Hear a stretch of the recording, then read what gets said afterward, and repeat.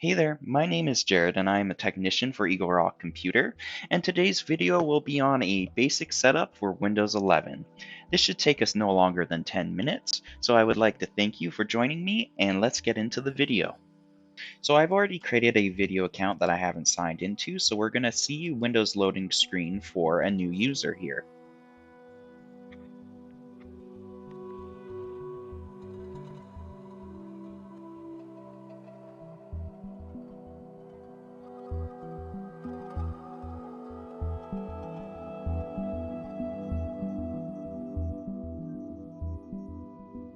Now that we're done waiting here, we can go ahead and answer the questions that Microsoft is asking. So I usually answer no to all these just because it's collecting extra data that I don't like to give away. So no to this, no to that, no to this as well, and no to that as well. And there we go, onto our Windows 11 screen here. First things first, let's move over this taskbar to the left side of the screen. So we're going to go into settings here.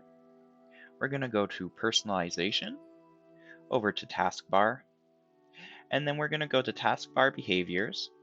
Taskbar Alignment, we'll change from center to left.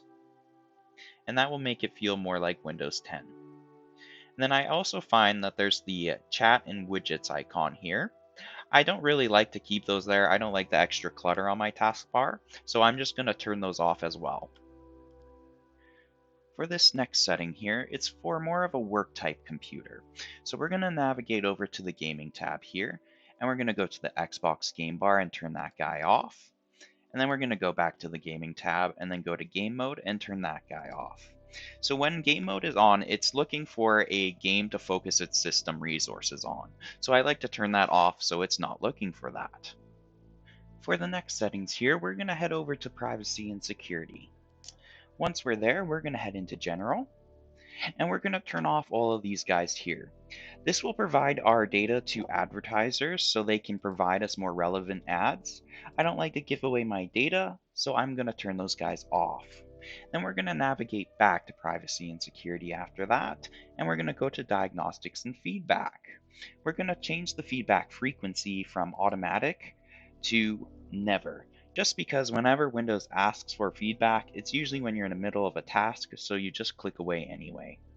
Then we're going to head back to privacy and security for our last setting here, and we're going to go down to activity history.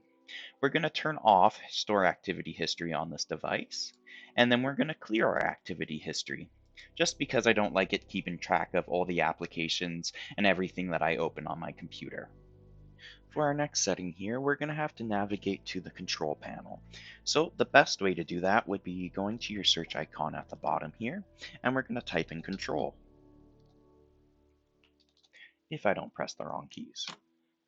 Then once we're into the control panel here, we're going to type in File, and we'll see File Explorer options pop up. We're going to enter into that guy and go to the View tab.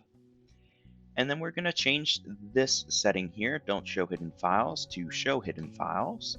And we're also going to uncheck Hide Extensions for known file types. And this way, Windows won't hide anything from you, especially if you're looking deep into your computer. For our last setting here in today's video, we're going to move over to the Windows Update tab here, and we're just going to check for updates.